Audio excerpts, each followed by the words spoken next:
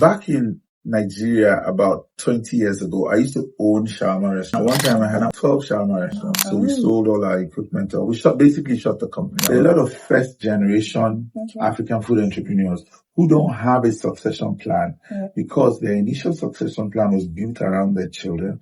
But the children have been educated and trained in the Western world, and they have no desire to do what their parents did. Good evening, everyone, and welcome to another exciting episode of the Entrepreneur's Moment with Buki right here on Kosara Afrobeat Radio. I am your host, Buki Arewolu, and of course, every week we bring you inspiring stories from entrepreneurs, change makers, leaders who are making impact in our community. Apologies, we've had to start a bit late tonight, and that's due to technical issues, which we can't actually, miss. So sorry about that. But of course, we did not want to let today go because we brought here a very incredible guest, an exciting guest that you all would definitely want to listen to because, what he does is what you need every single day. He's here with his partner, and that's in the person of Mr. Lucky Owodike Jr., EDK Jr. So Mr. Lucky is the CEO, the founder of Afro Flavors, and he's here with his partner, Bimbo, as well. So, because it's going to be a quick one tonight, I'm not going to waste too much time, but shortly, I'd like to say a massive thank you to everyone who has been listening to the Entrepreneur's Moment with Buki. You are actually the reason why we're here. The feedback and everything we're getting, the likes, the follow from social media, please continue to do so. And if you're looking for us to sponsor your event, please reach out to us on Entrepreneur's Moment with Buki. We'll be happy to take you on board. And a quick shout out to our sponsors, Tees Concept Interiors. They actually do style beautiful homes. You want to reach out to them. They're on Instagram. And of course, you see Ologi UK, the best pub in the UK. If you're not drinking the pub, you're definitely not drinking any pub at all. So without no further ado, I'm going to dive in quickly to meet our fantastic guest and his partner tonight. So please welcome with me, Mr. Lucky Owodike. I'm sorry if I've not pronounced it well. I'll let you do your formal introduction. Go on. Over to you. You're welcome on board. Thank you, Buki. Thank you so very much for this wonderful opportunity. My name is simply Lucky DK, but my middle name is Okorode, which is an Yoruba name that means distinguished man. I'm here today. I'm with my partner, Bimbola Maduka, who's an ED at Afro Flavor. Thank you so much, Buki, for having us on the show. All right, that's fantastic. When you say ED, what do you mean? Executive Director of admin. Oh, of course. Please go ahead. Can we meet you? Hi. My name is Bimbo Maduka. I work with Afro Flavor. I'm partnered with Lucky DK. We're here to tell you about Food Festival coming up on the 4th of July, 2026. Right. So before we dive into that, we'll just ask you a quick question, first of all. So, who are you? What's your story just before Afro Flavors, outside Afro Flavors? What do you like doing? What's your story? Just quickly, short, and just your journey quickly before Afro Flavors. And then you tell us all about this fantastic festival. All right. So before we created Afro Flavor in 2004, I was essentially an accountant and an economist and a consultant. So I used to run a financial services firm in Nigeria, and we used to do consulting work for clients in Nigeria, in Ghana, and a couple of other places as well. But in 2024, I saw an opportunity in the African food space in the UK, and I talked about it with Bimbo. I thought, it's something that's going to be challenging, but it's something that can be done. I had tried to acquire a restaurant in Manchester, and my initial target was an African food restaurant. Yeah. And I spent a lot of time in African food restaurants, and I realized that the market wasn't very wide and it wasn't very deep. I found out two things. One, most Africans patronize restaurants that sell their country's cuisine. So Nigerians will go mostly to Nigerian restaurants, Ghanaians will go to Ghanaian restaurants, and so on and so forth. And we thought that wasn't good. I also found out that there were not many non-Africans who were eating African food. And I looked at the model that the Chinese food industry had created. I looked at the model that the Thai food and, other national cuisines and Turkish. And I said to myself that, what's the problem? Why is this industry not working properly?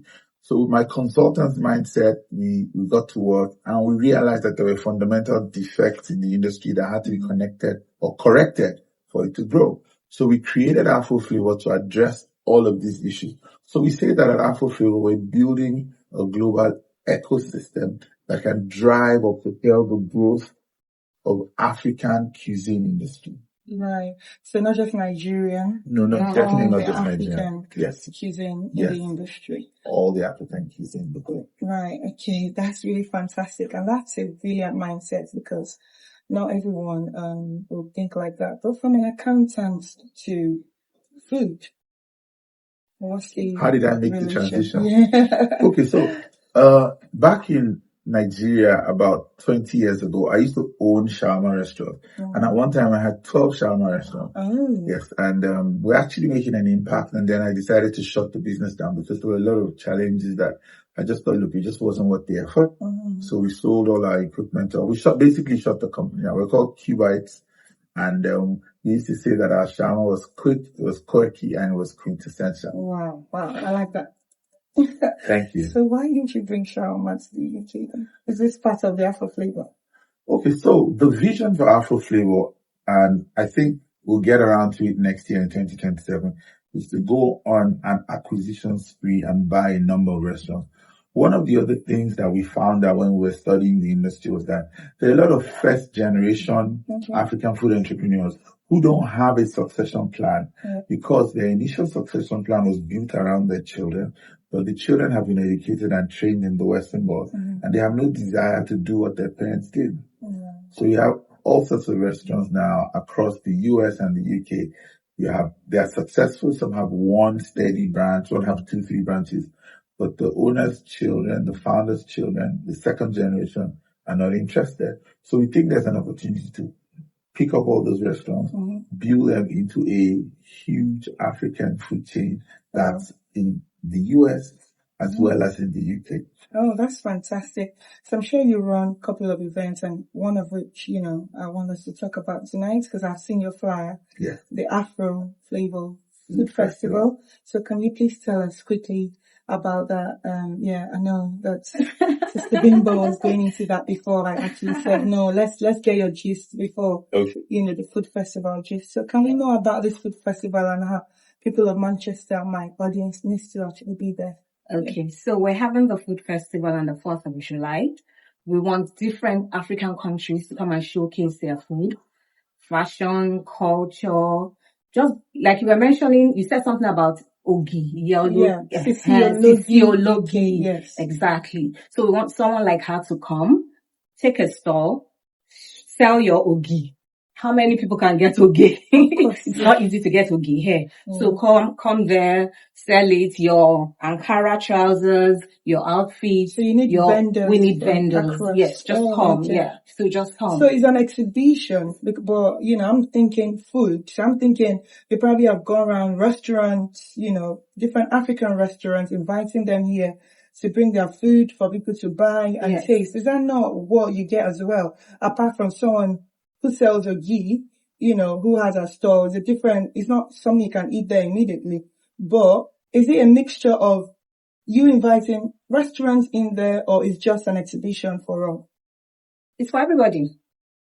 Restaurants, individuals, just come and showcase what you have. Yes. And it's not just for Africans. That's another thing. We want the foreigners to come. We want everybody to taste the African meals. Okay.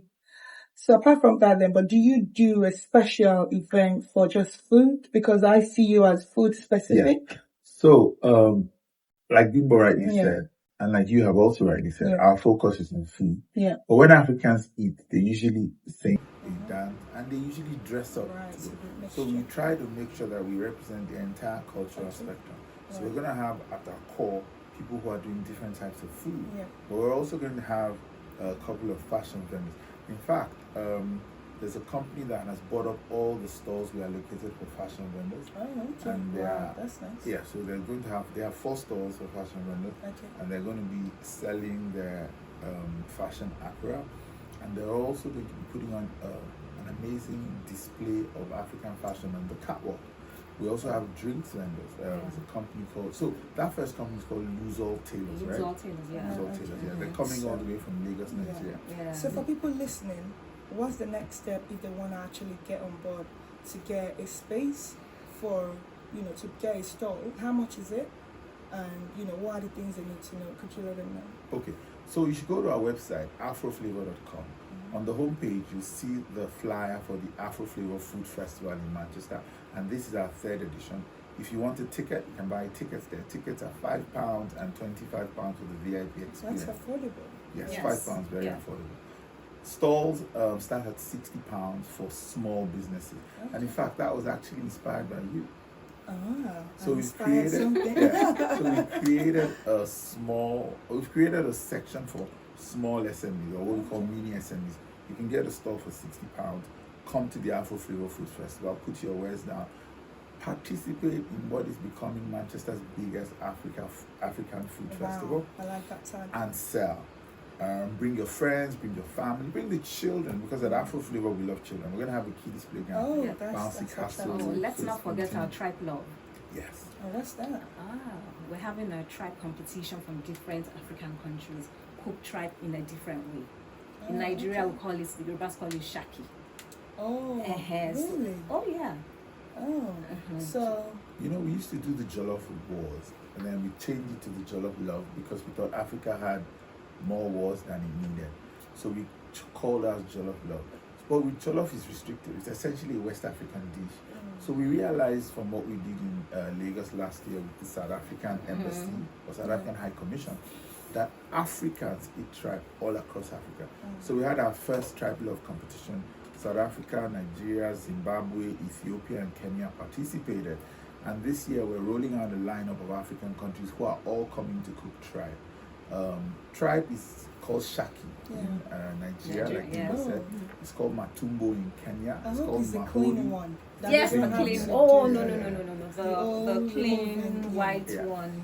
And it's called Towel in Ghana. Wow. But Chinese people eat tribe. Italians eat tribe. Tribe is possibly one of the most widely consumed delicacies all across the world. Wow, this is fantastic. But I'd just like to ask, because this is a community impact program. So, as Afro Flavors, what do you do to give back to the community? Are there days where you cook free food? No, You give to homeless, not or you yet. give to people? But here's what we do. On the same day, 4th of July, we're having an Afro Food Business Conference. Oh, So we've lined up a panel of speakers who are going to talk to African food business entrepreneurs, and it's free, what time? 9 a.m. to 12 noon. Location? It's at the Nigeria House on Platt Lane in Rushholme. The postcode is M145NE. So if you're an Afro food entrepreneur, it doesn't matter what stage your business at, attend that event. There's a lot of knowledge to be shared. There's networking to be done. There's collaborations to birth out of this event. Yeah. And at the end of the day, every entrepreneur will leave that facility on that day with clear ideas on how to take their business to the next level. Of course. The other thing I'd like to quickly talk about is that in collaboration with our partners TVC Lab, we've created something we call the African Cuisine Development Accelerator. And the idea behind that is to channel venture capital funding to Afro food entrepreneurs. So every food entrepreneur who attends on that day will get a first-hand exposition on what the African Cuisine Development Accelerator hopes to do. And we have a training program which we're going to open up in a couple of days. Wow. And it will end with a pitch session in Nairobi in November, where African food entrepreneurs who make it through the training and are eligible to pitch to angel investors or VCs will sit down either electronically or face-to-face with African investors who want to put money into African food businesses. So please, if you're an Afro food entrepreneur in the UK, do not miss the Afro Flavor Business Conference on 4th of July at 9 a.m. It's and the free. best of all, It's free. people say they can read it. Raise It's your voice. free. It's free. It's free. As in free. Okay. Lovely stuff. Yeah. Right, that's really fantastic. It's a shame. I'm sure you have more stuff to say, but we haven't got more time to talk about this. But I'm sure you've heard. If you could, are you on any socials? Facebook? We're on TikTok as Afro.Flavor.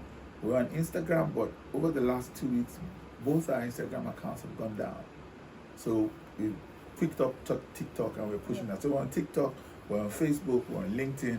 Find us, follow us, Go to our website. go to our website, afroflavor.com, and make sure you attend the Food Business Conference and make sure you attend the Food Festival itself. Bring the whole family. Tickets are cheap, food will be plenty. Yeah, you know what? That place is gonna be. I'm sure you won't even have enough space for people. Because why not? Everybody loves to eat. Everybody loves food. And there'll be jollof rice or fada, there'll be amala. There'll be drinks. There'll There'll be drinks. There'll be Yeah. ogi. We can make fresh one there. There'll you be know. grills. There'll be grills, Yeah. so you can. Martins Whatever Akili you of can know Manchester and all Deli Grill that. just signed Yeah. up. We're grateful to our sponsors, IAS, Okay. CMB Realty, and ICO Multi-Shield. We're also grateful to Bookie and Kosora Radio. I remember when we started the Afro Flavor journey in 2024, our media outreach started here at Kosora. Wow, that's really fantastic. I wish I had more time, but I'd like to say thank you, massive thank you to everyone who's been listening to us tonight. It's been a pleasure having Mr. Lucky and Mrs. Bimbo here on the show. Thank you so much. It's been nice listening to the Afro Flavors and what they have to say to us. So please do not miss the 4th of July, the food festival. I'm definitely going to be there because I can imagine it's going to be a day to learn and also to see how I can be, part of this accelerator program. So any food vendor, please make your way there. Until next time again, please stay tuned. 7:30 to 8:30. The Entrepreneur's Moment with Vicky is always live. Thank you so much. Bye for now, everyone.